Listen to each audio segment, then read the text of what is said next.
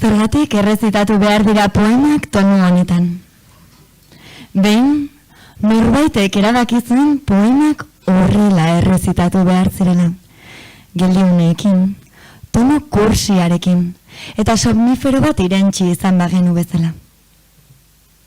Ahots poetikoaz asko hitz egiten da, baina ez dakigu zein den poeta bakoitzaren benetako ahotsa, denek berdin errezitatzen badugu. Hau da gure oinordetza. Bizitza osoa daramagu poemak horrela entzuten eta errezitatzen. Hau, errezitaldi normal bat balitz, orain lanparatxoa piztuko nuke. Eta pianoa orain hasiko litzateke jotzen.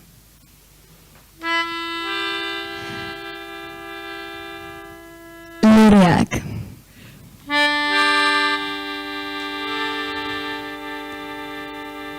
Zer da maitasuna, maitasuna gurea ez bada. Malibu pina bat mesedez. Eskerrik asko, asko. Guk horrela ikasi genuen poemak errezitatzen. Edo beste modu batera esan da. Guk horrela ikasi genuen poemak errezitatzen. Baina realitatea insoportablea dela poemak horrela etengabe errezitatzen. Jendeari poesia gustatzen zaigula esaten diogunean esaten digute. Eske ez dugu lertzen batzuetan lexiko zaila dauka. Ba normal. Ze beti berdin errezitatzen da. Zergatik betetzen dituzten musikariek estadiak eta ez poetek. Poesia errezitaldietan, hau guztia jaso dugu oinordetzan eta sekulako pixua du tono kursionik. Ezin dugu gehiago jasan. Ezin dugu horrela jarraitu, eta zuek ere ez, badakigu. Oinordetza horren zamarekin gatoz, baina harinago egin nahiko genuke alde. Jarraian datorrena da, iraganarekin eta haren kontra egin alizan dugun guztia. Poesia punkia, guri gustatzen zaigun poesia, gorputzarekin egiten den poesia, jasotzeko egiten den poesia, liburuetatik ahots goratuko den poesia. Ez dugu horri baten lautasunik nahi, hitzak asmatu nahi ditugu. Ez dugu ahots lautua izan nahi, hitzak gure egin nahi ditugu, esan nahi dugu eta esango den hitza nahi dugu. Eta hau da, hitz esana. Ongi etorri.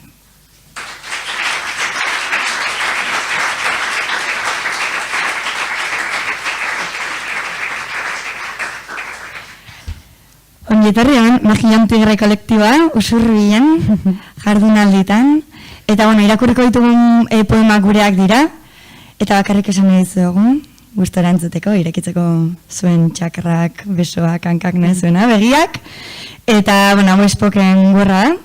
Bai, egiten duguna spoken word deitzen da, ez dugu guk asmatu, euskeraz izen horrekin inor gutxik egiten du, baina horrek ez du esan nahi egiten ez denik, beste izen batzuekin kamuflatuta.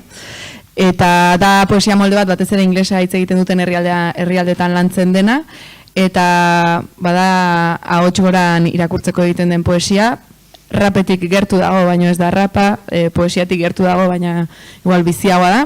Askotan lantzen da gai sozialak jorratzeko, individualetik abiatu edo errezitatzen duen pertsona horretatik abiatu eta kolektibizatzen dira arazoak edo gai sozialak.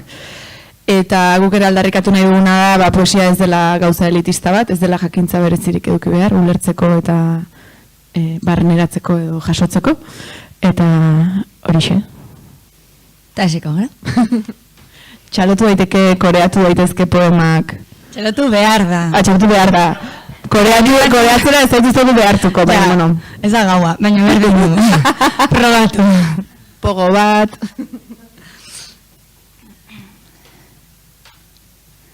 Etxea. Etxe bat nahi dugu. Guretzako etxetxo bat. Inmobiliaria batean sartu gara. 100.000 eurotik berako salmenta bat nahi dugu. 500 eurotik berako errenta bat. Inmobiliareko emakumeak barre egin digu. Inmobiliariatik atera gara. Pareko etxeko fatxadari begiratu diogu. Gehien gustatzen zaigun pixua aukeratu dugu. Eta erdiko atza atera diogu. Eskuak poltsikoan sartuta egin dugu alde. edukiko ez ditugun etxeak dira. Gaztainoko etxe urdina, 3 baldintza hauek betetzen dituen etxea, argitsua, balkoiduna eta bista zabalduna, Beiratedun Gasteizko etxea, gure amonaren etxea, sarrerako atean aulki bat eguzkitan duen etxe guai hori, Landako etxea, Marikondok edo Kuirreiekoek erreformatutako etxea. Ez dugu sekula murizarak zabaltzeko terrazarik edukiko, ez dugu izango baserritxo bat, Arabako herri txiki batean, apartamentutxo bat, egiako erdigunean, bakarrik bizitzeko alokairu bat, Mobile home stream bat ere ez dugu izango landarez betetako barruko patio eder bat, pixu bat ondarriko aldezarrean, love pat itxasondoan. Ez dugu izango nire gurasoen bizilagunen etxea, nire gurasoek erosiko zidaketen etxea, nire gurasoen gaur egungo etxea, bale, nire gurasoak hile etxea. Hori dagokigu, ez ditugu sekula izango etxe horiek, ez dira izango gureak, ez etxeak, ez haien barruko altzailu eta alfombrak, haien kajoietako kubierto zilarrezkoak, ez dugu sekula edukiko gerezien bozko mai bat, Mikasa katalogoko fruta ontzi moderno bat.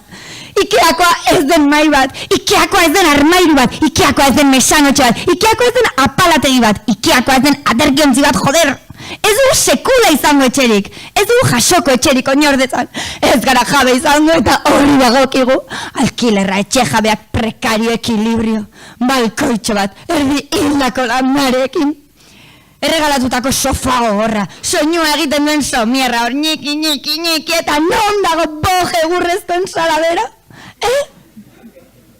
Non dago zeramika artisaua? Non dago nire estudioa? Non daude Los Sims bideojokoan diseinatu genituen etxe guztiak? Barri eta polipoketan jauregiak? Non daude? Legozko txabolak? Okupatzea da alternatiba. Legoko txabolak okupatu daitezke zer da alternatiba. Non daude pelikuletako sutondo eta igogailu klasiko horiek? Non daude nire proiektore, vinilo eta ardokopa zoragarriak? Non daude diseinuzko altzariak, behin garesti ordaindu eta bizi osorako iraungo dizutenak? Non daude etxeiek denak? Gure irudimenak sortu alzituen guztiak. Ikeakoa ez den mai bat. Ikeakoa ez den mai bat. Ikeakoa ez den mai bat. Ikeakoa ez den mai bat. Ikeakoa ez mai bat. Ikeakoa ez den mai bat, joder! Ikeakoa!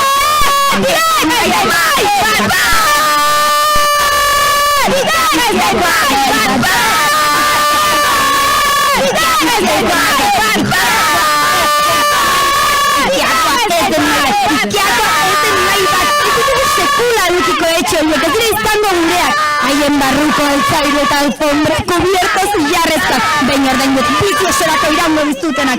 Ez dugu sekula edukiko gerezien bezko mai bat. Ez dugu ekiko Ikeako mai bat ere. Ikeako ez den armairu bat, Ikeako ez den aterkiontzi bat, Ikeako ez den aparatik bat, Ikeako ez den ezerrez joder. Hori da, alkilerra etxe haueak, pekario, ekilibrio. Ez ditugu ez da kuadro, jarrizilo bat egiten ditugulako eta ez din da. Balkoitxe bat erdilako landare bat.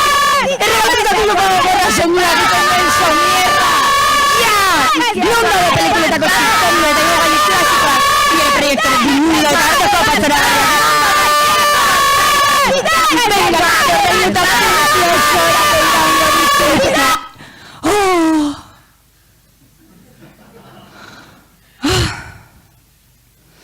Hau da, Andre jaunok, klase ertainaren, desoinordetza prekarioaren, kasketa bat.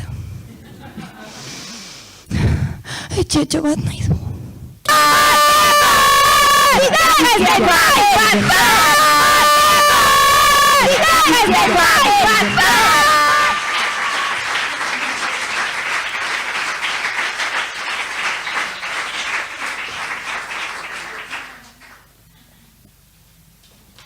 Eta neten espero, Lehenengo tonatu, tío. Hori zen koreatu behartzena.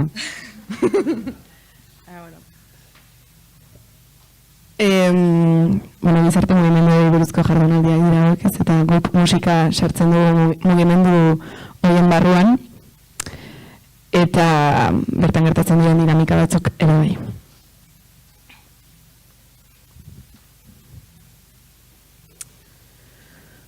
Kontzertuetara noenean, gauza bera ikusten dut, beti. Gauza bakarra. ikusten dut beti. Gizonak, taula gainean, pajak egiten. Ezin dut ekidin benetan, saiatzen naizela, baina ezin dut ekidin. Eta mendik aurrera, zuek ere ez.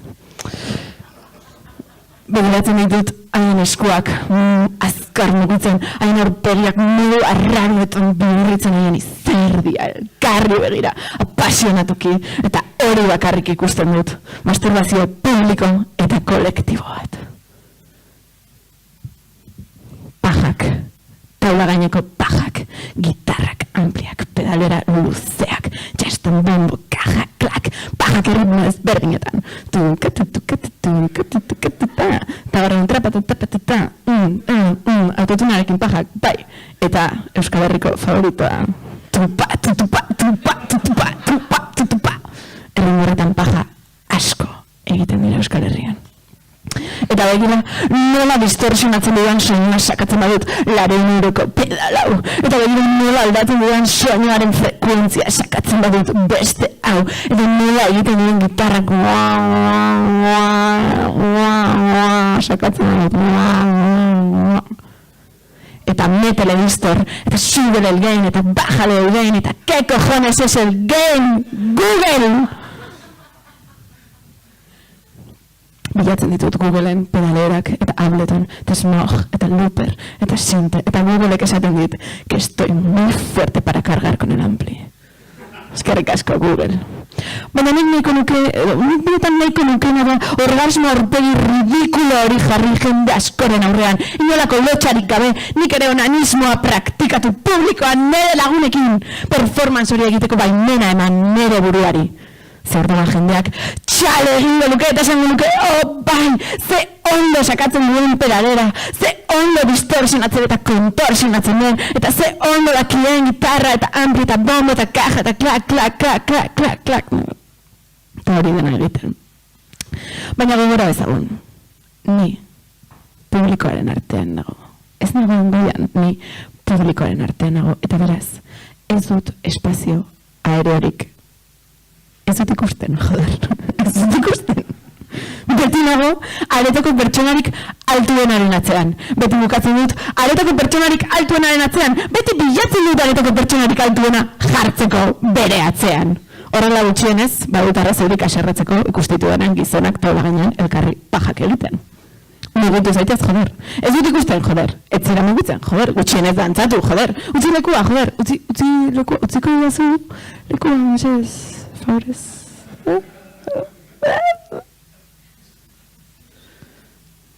Leku publikoa eskatzerakoan eta leku publikoa hartzerakoan baimena eta barkamena eskatzea mierda bat da.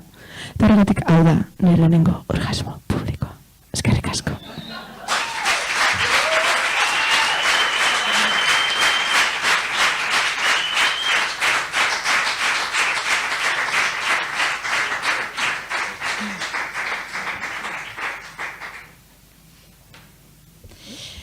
Bueno, gai sozialekin gabiltzala, esatera gatoz Euskal Herria ez dela uste egun bezain polita, sentitzen dugu. Ez arkitektura aldetik, eta ez behar da beste gauza batzuengatik, baino onarpen eta zintzotasun poema da. Eta hemen usurbil ezakit ze konsideratzen den, polita, ezakit ze etiketa daukan, baina ni trintxerpekoa naiz, eta barakit ze etiketa daukan nire herriak. Eta beti kargatu behar izan dugu horrekin, eta beste herri askotan ere.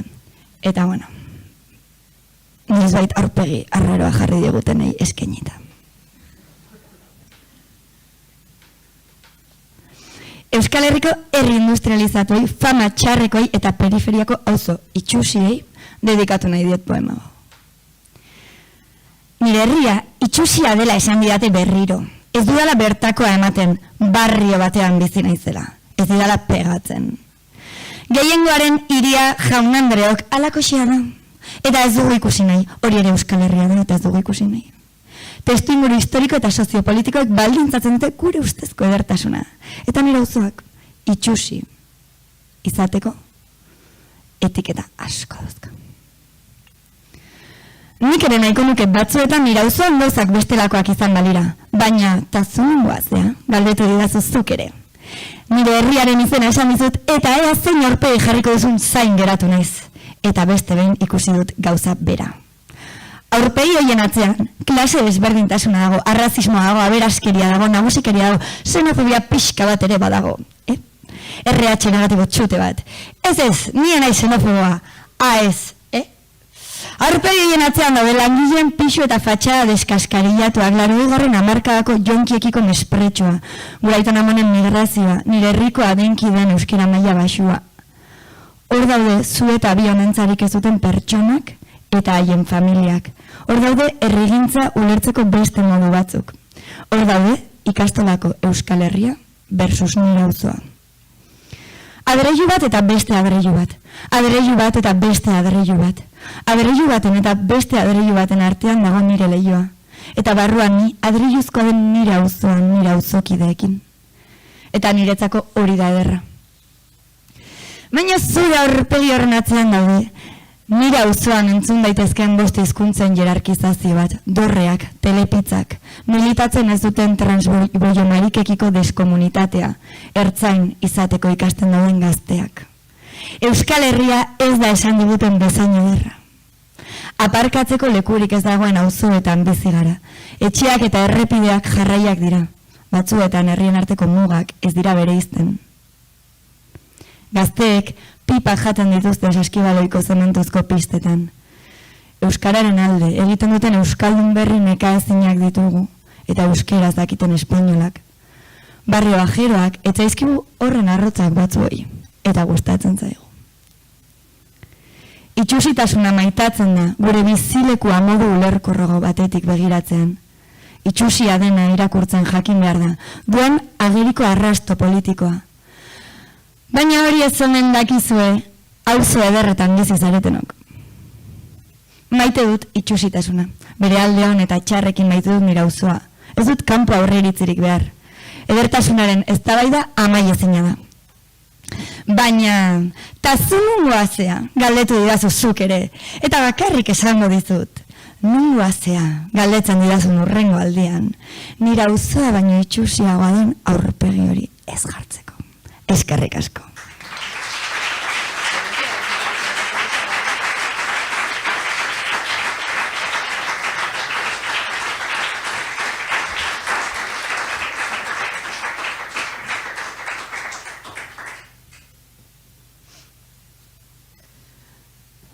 Bueno, baina ondarriko naiz. Eta itxusitasunak bere ordaina edo bere zama daukan bezala edertasunak ere eduki dezake. Bidaiatzaren kontra edo baitu dute Venezia. Behin egon nintzen Venezian, 3 egunez. Maitale batekin ibili nituen kanalak eta pagatu nituen 20 euro pasta plater ziztrin bakoitzarengatik. Barre egin nien gondoletan ibiltzen ziren moxolo hoiei, haiek eta gu oso desberdinak bagina bezala. Eta atera nituen argazki pila bat, eta ez nuen itsasoa miretsi. Veneziaren urak, ustelak, iruditu zitzaizkidan, eta gu ginen pozoia.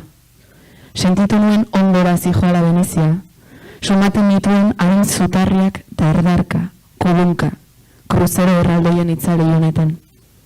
Sentitu nuen edertasunak ezabatu dezakeela leku bat. Edertasunak ito dezakeela leku bat. Pasolinik esan zuen poesia ezin da kontsumitu.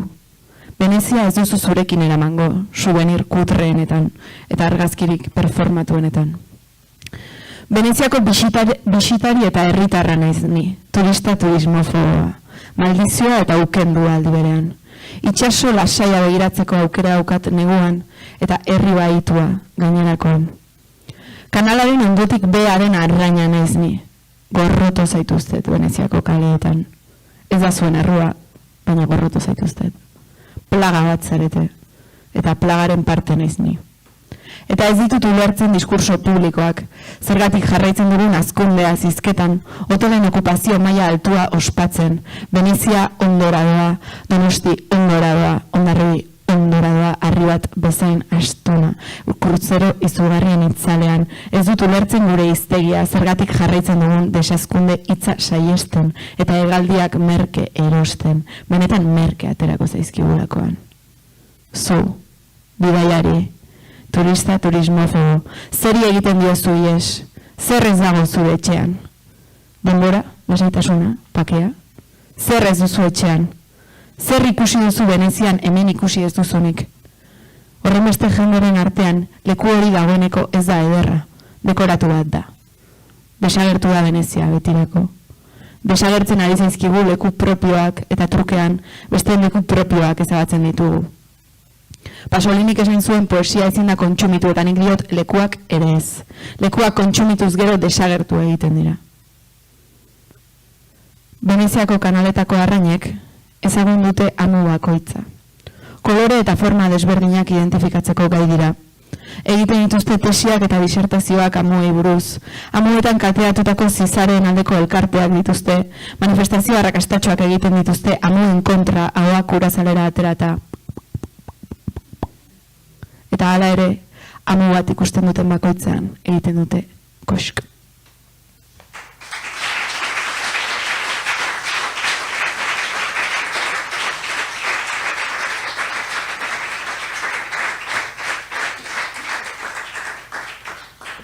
Lehen aipatu dugu Spoken Wordrean gai sozial eta politikoak lantzen direla eta askotan datoz izan daiteke zerbait propiotik ez, baina beti kolektibora juten direnak.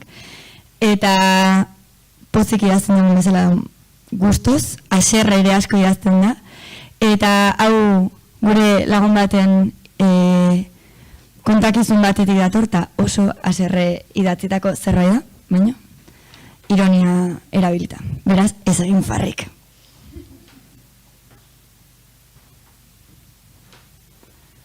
Lehengusua. Gabontzarreko gaua eta gure amonaren etxea. Gambak, arrautza dosiak eta kroketa erraldoiak erretiluetan eta zuk. Ez duzu inoiz jakin bai baten bueltan nola konportatu. Eta ez dakizu gabontzarra ospatzeko txanotxoa buru gainean onelu garrin kroketa ahoan diozunean. Arrapaketetan jolastuko gara. Gabontzarreko gaua eta gure amonaren etxea. Zu zara lehengusu zarrena, eta nik 11 urte ditut bakarrik. Benetan, 11, 10, 9, 8, 7, 6, 5, 4, 3, 2, 1, hasi da. Eta oe atzeko alfombran eskutatuta dena ilun, ikutu nien izan didazu, eta ez dut horrelako ezer inoiz ikutu, eta oa zabaltzen zaizu, ulertzen dut gustatzen zaizula. Eta zer egin behar dut eskuak ukitzen didan honekin, Gorroto dut zure listuaren usaina pegatu egiten da azalean, eta arrastoa jasan gaitza da. Nazka ematen didazu, lehen eta orain. Hau, etzen inoiz lehengusuen arteko eskutaketa jolas bat izan. Txin-txin, familia, aspaldiko gauza bat kontatu behar dizuet. Eta zuk ere, gamba nazkagarri hori ere ahoan duzula. Entzungo duzu nola ikutu egin izaten zeniden. Hau, ez da inoiz eskutaketa jolas bat izan. Txin-txin, familia, 9, 8, 7, 6, 5, 4, txin-txin, ups, harrapatu zaituzte.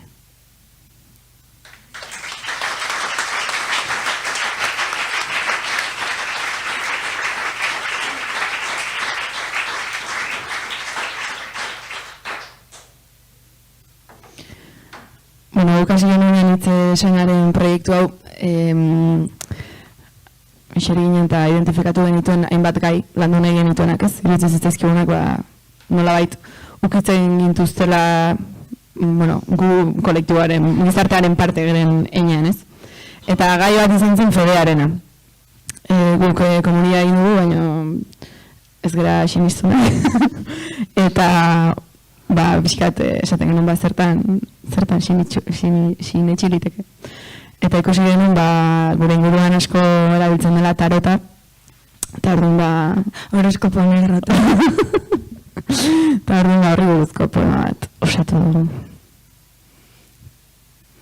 Beti ondoan jartzen ditugu harrak, nola irakurri ez, poemak ze tono edo ze intentzio, ze intentzio eman. Eta tarotan jartzen du gixajo, baino ego askorekin. Zuri buruz hitz egitera doaz, bale, orduan. Egoa elikatzera doan, norbait.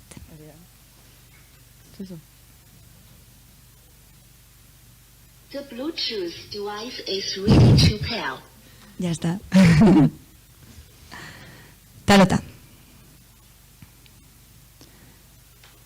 Zazpikaletan somerara doan kaleska batean.